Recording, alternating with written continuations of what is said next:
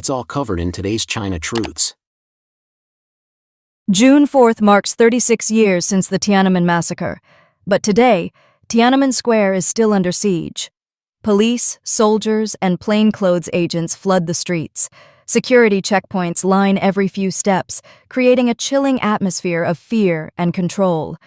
Even subway passengers are interrogated just for transferring lines.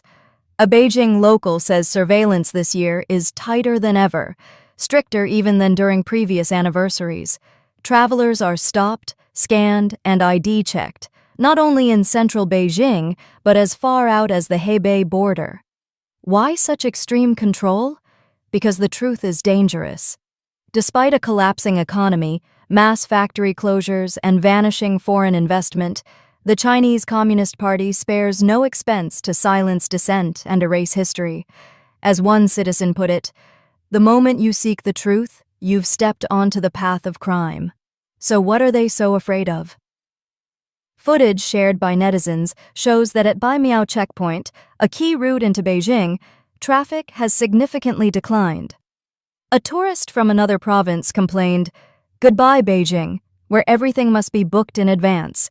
Every few steps, there's a security checkpoint, and I had to pull out my ID 100 times." Another netizen noted that even though subways weren't crowded during rush hour, police were still checking IDs.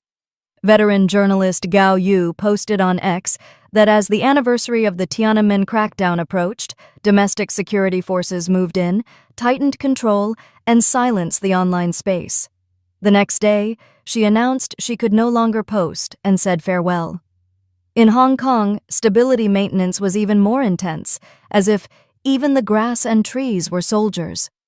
On June 4th, at Victoria Park, security was heavily tightened. Several people were detained by police simply for holding fresh flowers or electronic candles. Videos and images circulating online show a man in black sitting in the park holding 2 electric candles. Immediately, several plainclothes agents surrounded him and called more than a dozen uniformed officers to arrest and escort him away. Another viral video shows 2 female students carrying fresh flowers approaching the park's fountain, only to be questioned and taken away by the police. Outraged netizens commented, "Being arrested just for holding flowers and candles, the authoritarian regime has truly reached the end of the line." Meanwhile, China's economy continues its severe decline.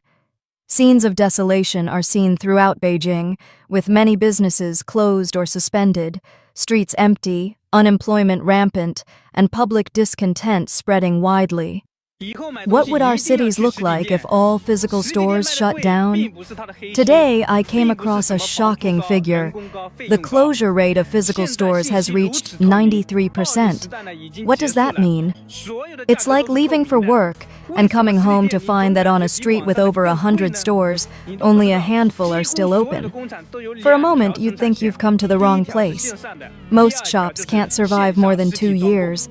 Some can't even last a few months. Running a store is harder than spotting a shooting star. There's not a single customer all day. So what do shopping malls in Beijing look like now? This is the Jinyuan Shopping Center, located on the west side of Beijing's 4th Ring Road. Right now, the mall is eerily quiet inside, with many stores already closed. Looking up at the escalators, completely empty. Jinyuan used to be one of the largest shopping centers in western Beijing, once bustling with heavy foot traffic and non-stop activity every day. But now, each floor is sparsely populated, with store entrances looking desolate. Even well-known stores like Adidas have temporarily closed, and although Desanko is still open, it's nearly customerless. Since the mall doesn't allow dine-in services, even fewer people come.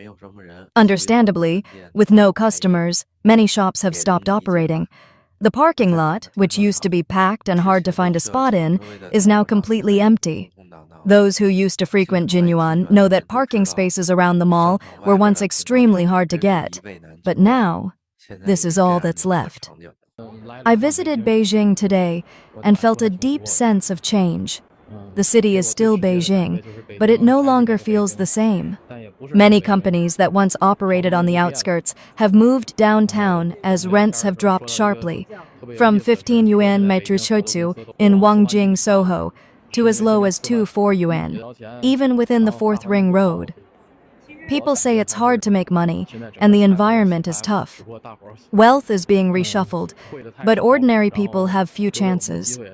Life has become extremely difficult. Beijing's subways are no longer crowded, a silent sign of mass unemployment. A netizen noted that on the Daxing line, once packed with migrant workers, you can now board instantly during rush hour. Line 4 tells a similar story: fewer commuters, emptier trains. This decline mirrors the office market. Vacancies are everywhere. Financial street rents have plunged, and Wangjing is almost deserted. One migrant worker put it bluntly: "It feels like an economic depression." Most jobs left are sales, customer service, or live streaming, just like back home in the countryside.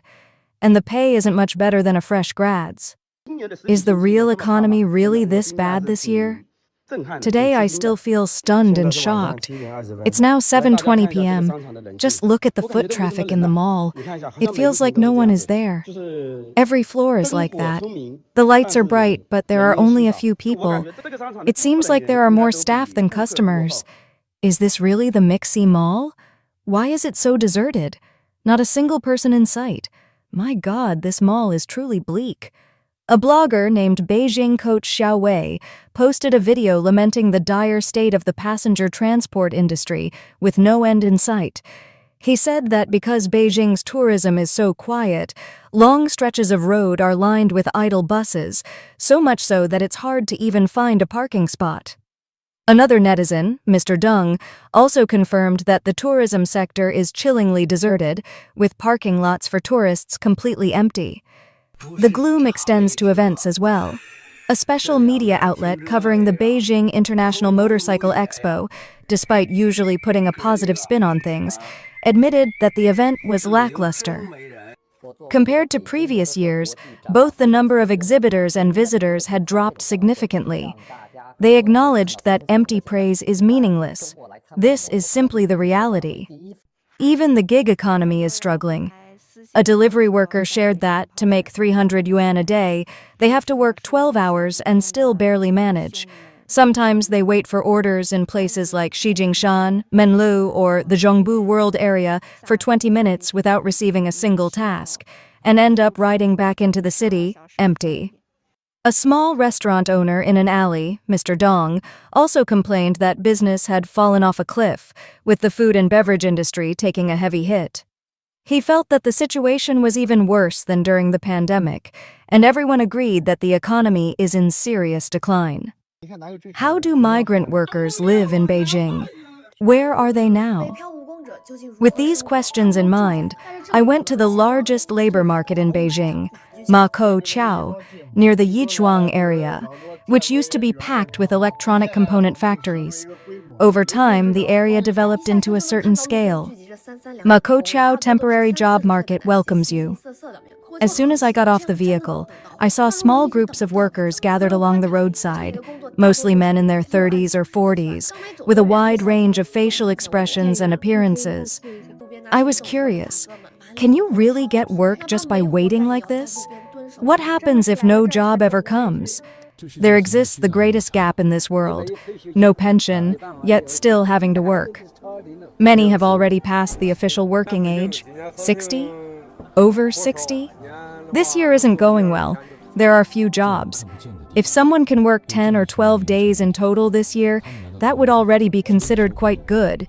In places we don't often see, there are people like this, arriving at the same spot every morning at 5 a.m., simply seeking a way to survive.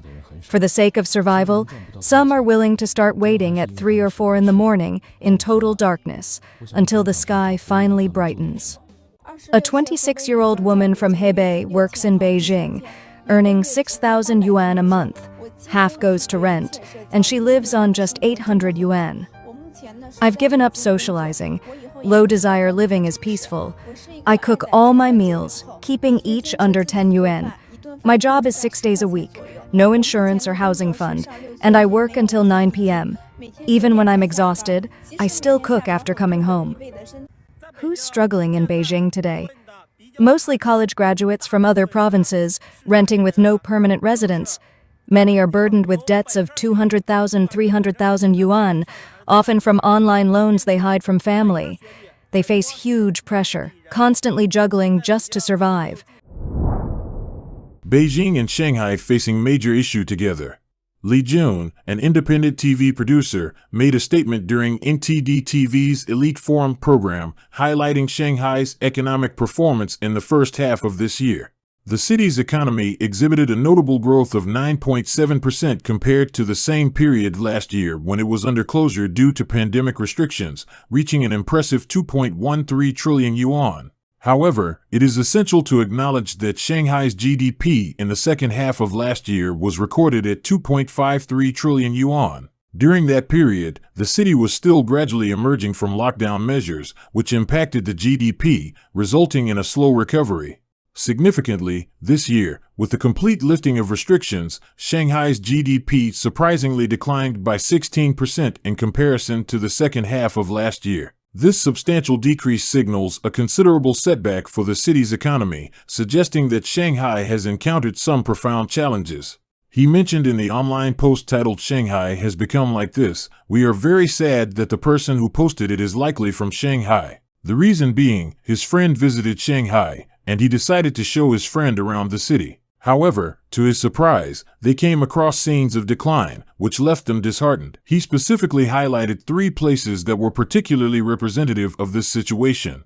The first location was Shanghai Railway Station, where small and medium-sized businesses appeared to be struggling, evident from their fading facades. The second place was Hongqiao Station, where medium-sized shops were prevalent, and businessmen with some capital had set up their establishments. However, even here, signs of decline were apparent. The third place was Nanjing Road, renowned as the most prosperous area in Shanghai, where large groups and major corporations invest. Yet, even this bustling street showed signs of depression and downturn. So after watching it, he felt very sad in his heart, feeling that Shanghai had fallen hard, and he said he didn't know when Shanghai would get back up again. The issue Shanghai faces is not merely a matter of the economic cycle, as global economic cycles generally affect all regions similarly, yet other countries have not experienced a severe recession like Shanghai. Instead, the major problem lies in the city's closure. Prior to the closure, Shanghai managed to maintain relatively normal economic operations during the past 2 years amid the epidemic, adopting a slightly Western-style approach of precise regulation rather than dynamic clearing. This approach helped keep Shanghai's economy stable. However, the emergence of the Omicron variant changed the situation drastically. Under political pressure, Shanghai implemented a city closure, resulting in significant economic repercussions. This is not a short-term problem, but rather a consequence of accumulated challenges over the 3-year epidemic period, pushing the city into dire circumstances. Being an international metropolis, Shanghai's closure led to severe losses, prompting people to leave the city and a substantial withdrawal of capital. As a result, Shanghai is encountering difficulties in its recovery. The withdrawal of foreign capital and potential relocation of industrial chains make it exceedingly challenging for the city to bounce back. During the city's closure, numerous small and medium-sized enterprises faced bankruptcy. The revival of these businesses post-bankruptcy has become exceptionally challenging due to the prevailing economic constraints. With the country facing financial limitations and banks lacking adequate funds, obtaining loans for revival purposes has become an arduous task. Additionally, a significant loss of confidence has emerged among investors. This is primarily attributed to the fact that the current situation is not a result of a typical economic cycle but rather a man-made disruption. People are still confident in economic cycles, as they believe there is a potential for recovery after reaching a trough. However, with the uncertainty caused by man-made factors, investors are hesitant to reinvest. Even those companies that have not gone entirely bankrupt find it immensely difficult to take such a substantial risk and reinvest in the prevailing economic climate. Shanghai, being the most economically vibrant city in China, has been built through years of accumulation. Once it experiences a decline, the process of reviving it becomes exceedingly difficult and challenging. Shanghai stands as the most westernized city in China, and its development can be attributed to 3 key factors. Firstly, Shanghai's progress was bolstered by its status as one of the 5 treaty ports for trade. Among these ports, Shanghai reaped the most substantial benefits. Secondly, the city's location within the lower reaches of the Yangtze River Delta has historically been one of the most developed regions in China. Since the Ming Dynasty, light industry has flourished here, making it a vital seaport for China's capitalist and economically advanced sectors. A third factor contributing to Shanghai's development is the presence of concessions. Particularly, the British and American public concessions, including Nanjing Road, were well established and mature. The prosperity of Nanjing Road can be attributed to its governance under Britain and the United States, which offered a system of rules beyond the control of the Qing government. Consequently, the presence of legal protection and autonomy within the concessions attracted shrewd and ambitious businessmen who were willing to invest and develop their ventures there. In light of these circumstances, Shanghai experienced significant growth and development, becoming a vital economic hub with a unique blend of Western influence and domestic progress. These factors combined to shape Shanghai into the thriving metropolis it is today. Shanghai's role in the Chinese economy has been highly significant. Even during the challenging period of the Cultural Revolution, when production across the country came to a halt, Shanghai continued to contribute significantly to the central government, providing 20 billion yuan annually. Despite the tumultuous times, Shanghai remained the only city in the country with a relatively intact industrial foundation. Educated youths from Shanghai who traveled to other parts of the country during that period were well aware of the city's industrial prowess. They would bring back light industrial products when returning to Shanghai and then take them back to the places they visited. While other cities' light industry was akin to handicraft production, Shanghai stood as a leading industrial hub with substantial manufacturing capabilities. However, during the recent period of city clearance and closure, observers noted that Shanghai faced an unprecedented depression, surpassing even the downturn experienced during the War of Resistance in Songhu and the Japanese invasion. This man-made factor has proven more detrimental than any natural disasters or wars. The observations highlight the gravity of the challenges that Shanghai encountered during its closure, underlining the profound impact of this man-made disruption on the city's economy and overall well-being. Finding effective solutions and strategies to revive the city's economic vibrancy will be essential to restore Shanghai to its former prominent position within the Chinese economy. Please share your thoughts in the comments section below. We will keep reporting on the COVID surge in China, so don't forget to subscribe to our channel and turn on the notification bell to get the latest videos. And thank you for tuning in.